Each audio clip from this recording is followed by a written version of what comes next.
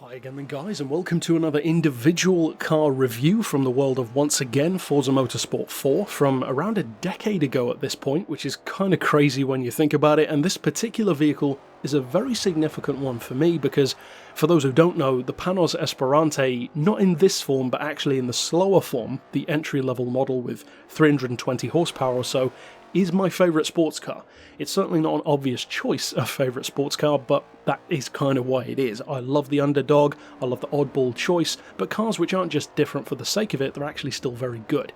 And to me, I would say that this car definitely is.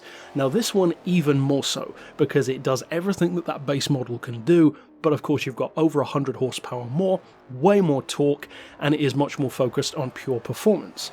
I would argue, very strongly in fact, that this particular Panoz Esperante, and the lower model as well, is very much so America's answer to stuff like TVR from the UK, and of course Porsche from Germany, the 911 in particular. But with all of that being the case, with Panoz being a brand that loads of people love, they're certainly a very significant name in a number of different forms of motorsport. They even built Road Atlanta, which is my favourite track in Forza. So with all of that considered, why do you very rarely see anyone using this car online? Because even the racing version of the GTLM used to get a little bit more use than this road car did. Still not very much, but certainly more than this one.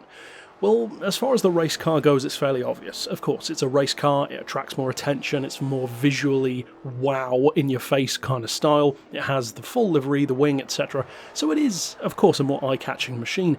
But it's got to go way beyond just the styling, because the styling certainly isn't for everyone. It tends to be a car that you either love it or hate it. I definitely love it, but at the same time I can understand why people might not like it. Even the interior is kind of weird looking compared to some. You've got the speedo and the rev gauge in the middle of the dashboard instead of in front of you, which is an interesting choice to say the least.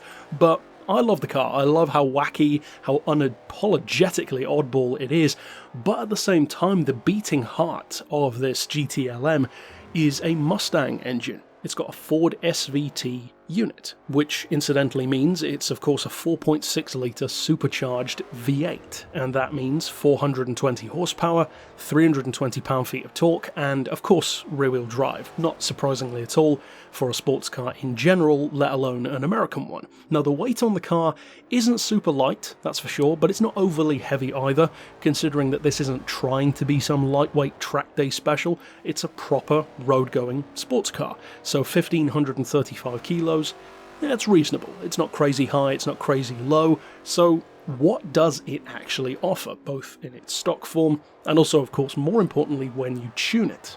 Well, I would argue that actually, especially in that tuned form, it has a lot to offer. In fact, a lot more than many people seem to think it can, because when it comes to a car like this, it's not just TVR and Porsche that people go for instead.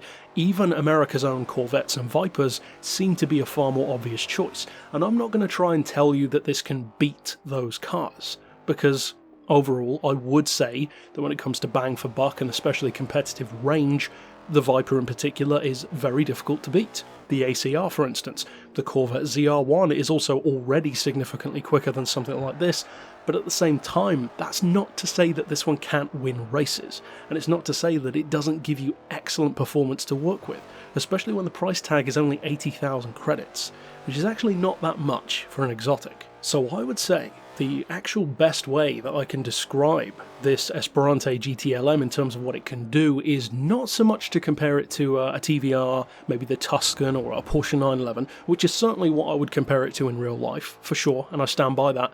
In the game though, I would actually liken it more so to a Maserati. And not any particular Maserati, but what I mean by that is Maserati is an excellent brand. They're actually my favourite brand overall, but when it comes to pure performance and bang for buck, and even stuff like race wins and lap records and stuff like that, top speed, acceleration times, across the board, all that kind of stuff, they don't tend to beat Ferrari and Lamborghini all that often. They tend to be the more oddball choice for somebody who wants something that isn't as obvious and that is just different. And for those of us who do love that, definitely myself included, and I would even put a brand like Spiker in the mix as well, where they're definitely not offering the same performance or even bang for buck that Pagani or Koenigsegg do, which of course are often lumped together into that kind of oddball trio of the early 2000s, yet we still have loads of people who love those brands. Why?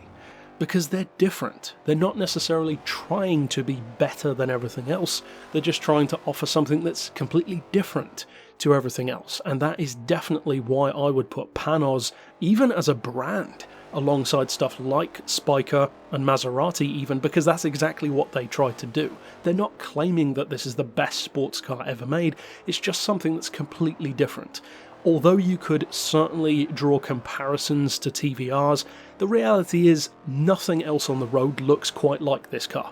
And for better or worse, it's a selling point. If you don't like that, of course it's not, and if you do, it absolutely is. Now, in terms of performance, one of the potential downsides that some of these more niched or boutique manufacturers have is that they might not choose the best engine option out there, or they might choose to build their own engine in-house, and maybe those engines are great in their stock form, but in something like a game where you need to tune up the car for it to be competitive, they might not necessarily offer a huge amount of appeal or even competitiveness under those circumstances. But that's the brilliant thing about this car as well. It's Ford SVT powered, and just like the Chevy LS engine, they love to be tuned. This car loves to be tuned. So it's certainly an oddball choice, but don't underestimate this car in thinking that it probably doesn't have the tuning potential of a Corvette or a Viper, because although I'm not going to claim that it's faster, because it isn't, you would be surprised actually just how quick this thing can be.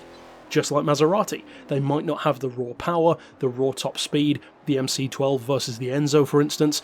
The MC12 has far less power, they built less of them, and the top speed is far lower. And yet, what is the result? Well, they took it racing, it was an excellent car, and even around the Nürburgring, the MC12 is quicker than the Enzo, despite being less powerful and slower on paper. Likewise with the GTLM, it is absolutely not going to appeal to everyone, but it's also not trying to, and that's something which I admire a lot. A car which knows exactly what it wants to be, is completely unapologetic for how different and how oddball it is, and despite the fact that it may not be a game changer in any particular way, again, it isn't trying to be, and you will be surprised if you tune up the car just how much you can do with it and how many races you can win with it. Of course, the online aspect not so much anymore, but you can still use it in career mode, and even if you drive it stock like I am here, you can still have a ton of fun with it. To me, it looks the part. Of course, that's down to personal opinion. It certainly sounds fantastic. You've got great Ford SVT power, which I happen to believe is one of the best sounding engines ever made, that 4.6 litre V8. The handling is surprisingly good. Of course, it's tail happy, but again, it's a rear engine, moderately weighted American sports car with 420 horsepower and a supercharged V8. So what do you expect? Being slippery is part of the appeal. Just like for TVR, Shelby Cobra, Porsche 911, it's all part of the package. So overall, this is the kind of car that, as I said, won't appeal to everyone, but give it a chance. You might just find that it surprises you by how good it is and how much you end up liking it. But that's it for my thoughts. Of course, I will see you guys next time, and for now, as always, thanks for watching.